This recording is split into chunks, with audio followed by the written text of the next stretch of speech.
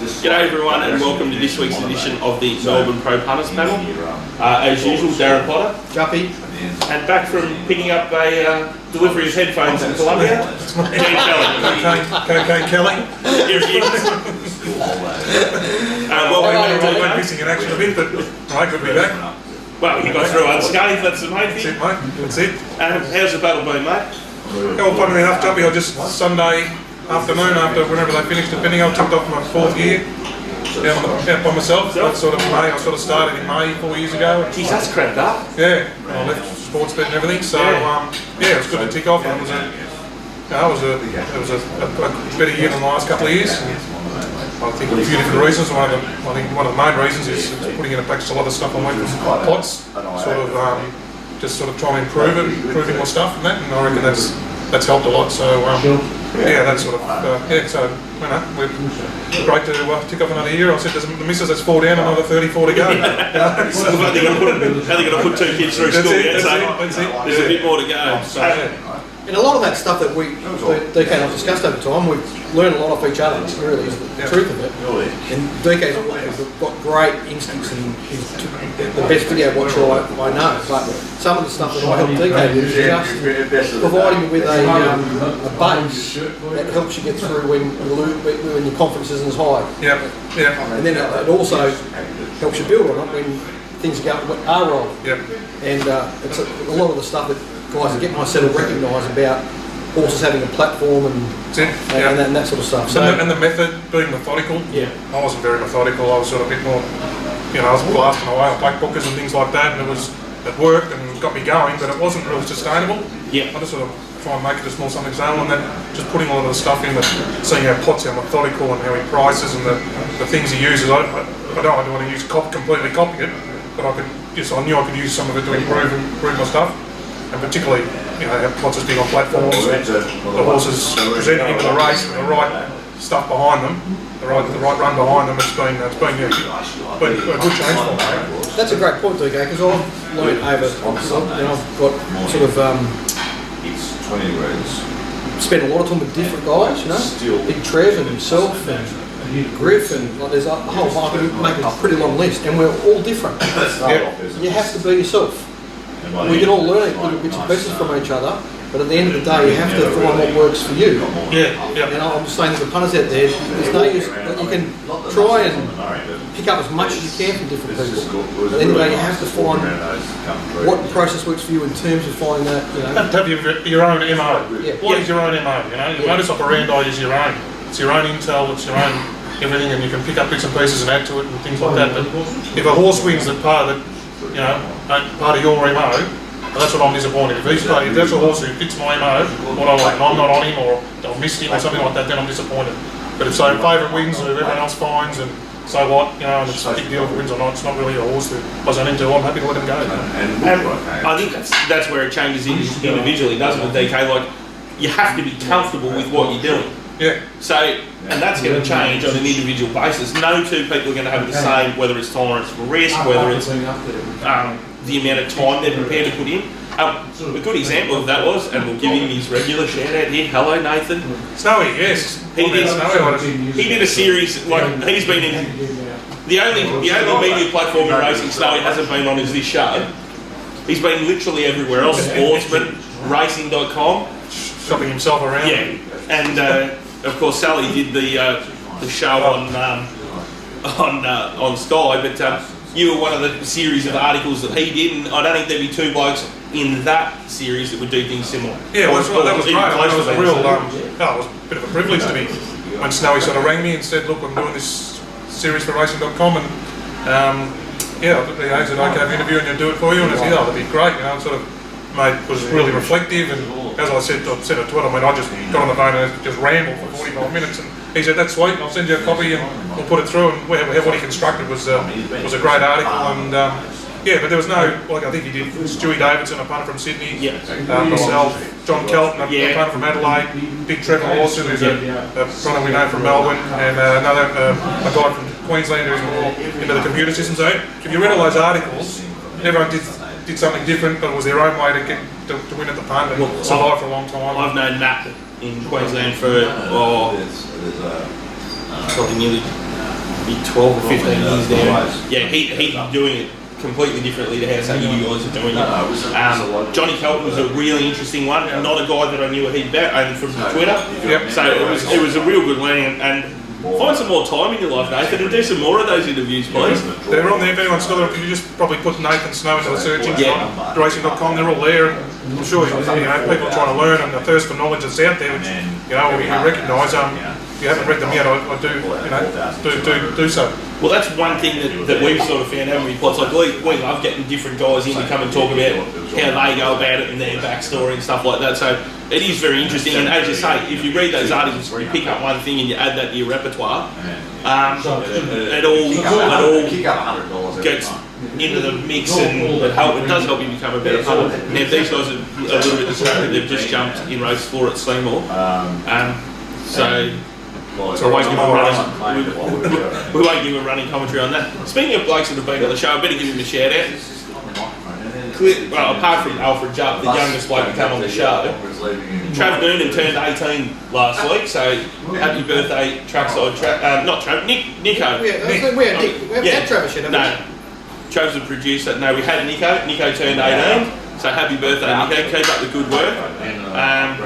He was up at Bendigo just for a day on the punt, and he had his first legal bet with the bookmaker with me on Sunday. So well done, mate, and keep up the good work at the tower there at Flemington and all the other places. He seems to have a good idea, Nico. I think he's one guy who's got a good chance of making it, I don't know what he's doing now, but see a few of the tips he sends out, he seems to have a good feel for things like that. And just on that, just another guy, which has been Benny Ascari on racing.com. He's been tipping up a storm there, and I know it goes in runs and things, and he have a good run, but just some of the horses he's been tipping, I think I've got him in myself, and then he'll just out wide ones, and he'll come on and give them a real good spruik, and then they just get beaten. And they've really upped their go. They've got some great talent at racing.com with him and BZ and Warren Huntley and things like that. It's funny you mentioned that, Dan. I remember speaking to Benny Ascari. I think it was a Warrnambool meeting. It was just a Sunday. It might have been like Carrot Cup Day, one of those days in the summertime there.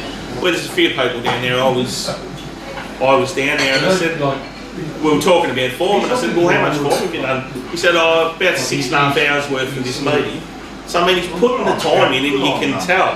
Shows the results, Yeah, like I'm not having a crack at some of the other guys in there, but like you can clearly see the difference on those Thursday night meetings when BZ and Ben are there, and they do branch it. They will talk about what's happening in the exchange. They will talk about what's happening in the marketplace, not just here's a market movement, but no, this is friendless. Why is this friendless? They've got a good feel. And that's what I said to Ben. He's got a great feel of it, and I reckon that's part of it. You've got to have some sort of instincts, and it's always looking at all the figures and the numbers and the videos, but you've got to have a feel of what's going on and instinctively sort of predict something. So I was distracted when you guys started, but I was listening, and I would endorse those. Ben Ascari is an excellent judge. You can tell he's done his work thoroughly, and he does find value in the market. So and that's in the end, that's what it's all about. You've got to back the right horses at the right prices. And at the end of the day, if you do that, you've got a chance. As usual, boys, bookies found something to whinge about on Saturday. You're kidding. It's fucking strange as that may seem. For walking out of Flemington. So Mickey Harrick was whinging, A, because he didn't go to Flemington with that set of results, and B, he went to the Richmond game. Well, you caught your right whack there. They're used to it, Tigers fans, aren't they? They're punch-drunk. It's just, I don't know how they run that. Well, there's a few out there. We've got Jake, we've got Mickey, we've got, oh geez, there's a heap of Richmond blokes, and yes. And then the boys that actually were at Flemington all whinge, we get a set of results like that, and there's no money. Why couldn't we get a set of results like this on Derby Day? So, have you got any thoughts on how we finish up with this set of results? I do. So first of all, there were 9 races, 2 of them down the straight and 7 around the circuit. So you've got to separate them. They're completely different. So the 2 straight races, for weeks now, the last 3 meetings at Flemington, I've walked the track and gone, if only one of the jockeys or several of the jockeys would use the irrigation lane, would be a significant advantage, and they've all avoided it. So, punters, go back and look at the last few meetings, and you'll find that Bo Mertens was the only jockey on that whole day to use irrigation lane at the last Flemington meeting on rewarding effort. The two races down the straight were completely dominated by the horses that raced in the centre of the track. There was only a couple in each race. There was 4 in the Tashby race, and they ran the first 4. And there was only a few in the overstep race, and they ran the trifecta. So all the horses that were outside that were on ground that wasn't as firm. So that explains the straight races. Now around the circle, I suspect what happened, okay, is that we had a track that was in magnificent order, that was quite quick. So the horses come out of the barrier, and they're feeling good about themselves, they're on paces, and they're just their natural rhythm on tracks like that is to race quite quick. So you've immediately got an early tempo in those races that's above average. Then so we're talking about all the races that are 1400 metre and longer, so they're on that back straight. So when they jumped out of the gates there, now the wind was only predicted to be about 20 kilometres an hour, but in it got up to over 30. I've checked all the Bureau stuff, it was from 1 o'clock through to 5 o'clock, it was well over 30 kilometres an hour, which is significant. So it's when they jump out of the barriers on that back straight, it's hitting them in the side. As soon as they start to turn, it's affecting the leaders, and that turn lasts for like 500-600 metres. When they started to turn into the wind, with it coming from, it was sort of the northeast coming from. So for a third of the race, the on-pace runners that are exposed to it are running straight into it, and they were fairly tight formations. So I think what's happened is it sort of knocked the leaders out of play. It creates that sort of cycling peloton thing where the horse that comes away from the cover with momentum once they turn into the straight is very hard to beat. And it's sort of more about where you were in the field and when you got your momentum than it was about, because it's Saturday racing. They're good deep fields. There's not a lot between the horses. So if you give an advantage of that nature to enough horses, they'll be able to use it. So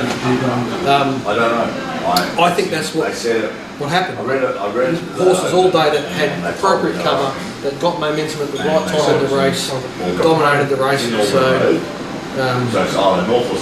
that's the best. So it's the wind combined with the fact that they were track race quick, so they were going at a speed that was going to fatigue. So that's how now, personally I was delighted to get out of the meeting with a small win. Found a nice bet on Sovereign Nation, who I think is in for a good prep now. He's been gelded. I think he'll win races. And had a place bet on Street Sense, and found there was a split second there. I thought he was going to go close, and then I saw Extra Zero dashing through, and I thought, no, here he is, the old boy. So well done there. And I found the first winner, which got out to remarkably good odds late in betting. So it was anyone that got through that day with their bank intact would be pretty happy, I would have thought. It was a pretty dangerous day. Yeah, and as you said, Boss, a lot of it relates back to the weather and how the jockeys rode the track. But speaking of Bo Mertens, he's in unbelievable form, isn't he? Like, I know he's suspended at the minute, but before he got that little break, he really had his eye on, and you just hope that he comes back from it. Like a premiership leader or a leader, just being with Craig just says what sort of form he's in and how much talent he has got. But all the blokes who love Nash, himself is the Nash reincarnate. He's the new Nash. He's the new Nash. He's the best. He's the own races in Sydney. My only disappointment was 6 months ago, I'd find him on a horse at Sandown, and the market just wouldn't recognise the advantage that he gave him. It was superb. And it now he's making some jockey bonus. Yeah, he's a bit evaporated now, but it's still. Like I found him a couple of weeks ago on Snippy Kitty, and honestly, if punters want to go, that ride was just magnificent. Like people thinking I'm pacer, and what did he do so right? Well, he jumped in front, and he immediately looked. He was drawn inside. He immediately looked. He was looking for Arenos, because he knew that Areno was a fired up horse, and if there was the possibility was that they'd both go and take each other on and bring each other undone. And he went quick enough that when a Reno came alongside him, there was plenty of room for the little Reno going and pop outside his heels. So it's just, it's a real skill, and he's absolutely got it mastered. And he can win from anywhere in the field as well. He's just a really exciting young jockey. And it was a bit unfortunate to see Reggie Bayless come off there on Friday. Yeah, considering the form he was in, he's riding the Hayes juggernaut, so riding all those winners on the synthetic and everything, and he's riding really well. He's really, So it just shows it's the same as the punt. It's the caper, you know. You've got a great horse. Next minute he puts his foot through a fence. Jockey's riding best, and then he falls. The punt thinks he's going pear-shaped very quickly. You know, you think you're going good, and then all of a sudden it goes tits up for a while. It's just the nature of the game. Just the way those young boys are riding, and I would put Jordan Childs in that same. Yeah, there's a whole group of them. Yeah, they've got a chance to really He was a take nice, the Melbourne metro scene. Well, the scrap for the neck, you know. nice appearance at Mildura yesterday. Oh yeah. So, normally Yendel's just the standout by a mile there. He had a couple yesterday, Jay Giles, and just easily the two best jockey bonuses up there. There's one more if she goes up there. Who? Mooch. She doesn't go to Mildura. When Moody was training, she used to go up there. We need to get her back and go to some of these meetings. She goes about Swan Hills as far as she goes, And speaking of Swan Hill, we're not far away from that carnival coming up on Queen's birthday. That's normally a really good carnival. That's sort of the next big one after. Just noticed doing the tapes, there's these, what I've learned from the Swan Hill Carnival, the same with Warrnambool, there's the lead-up meetings, the lead-up set of trials. Yesterday was normally a meeting of the horses having clean-up Swan Hill. Some Tatura trials the other day, and I think there's a few appearances on Hills. Just beware, punters, that there's things will be definitely going to bring Swan Hill the next week or so. So you're seeing them and they're not quite tuned up. Beware the local trainers of Swan Hill too. And there's other people like going there and things like that, taking teams up. And Echuca Cup, we'll look at the weekend with Ballarat tomorrow. Not a bad meeting, so I'll be covering probably 6 races there for the midweek subscribers. So. And then, no, we go to Pakenham on Thursday night. Where do we go? Oh, Maui, yes, Royal Maui.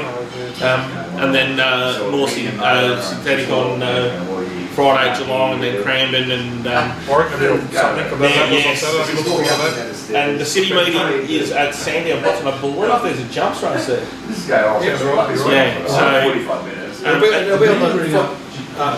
It'll be on the Lakeside track. Yeah. And that's a superb track to bet on, punters. It's just that little bit tighter than the big track, and they tend to run at better tempos there because of it. And it's a really good punting track. Lakeside. Tickets just say fixed up a little smaller, but brilliant. And then we get to Sunday where we've got a Echuca Cup day. I don't know whether I think there's some of these country cups that need rejigging. Echuca should go back to the Labor Day weekend, and we should take Mildura off. Keep swapping around, that Mildura Carnival when it used to be in late July, early August, when the weather up there was 22, 23, and it was about 8 degrees down here, and it was on the Friday and the Sunday, and everyone used to go up there for the 3 days and get some sun, and they're back for a couple of days. It was mini Darwin if you couldn't afford to go to Darwin. I don't know why they're taking that away. Same with Echuca, I mean, they have massive days there at holiday time. The joint packs out. Who knows? How many they can get to the races at a cup day or something? Well, and the thing is, they're going to be up against local junior footy and potentially not real warm weather. It's just going to turn into a normal Sunday meeting with slightly better racing on the card. So low draws there. Yeah.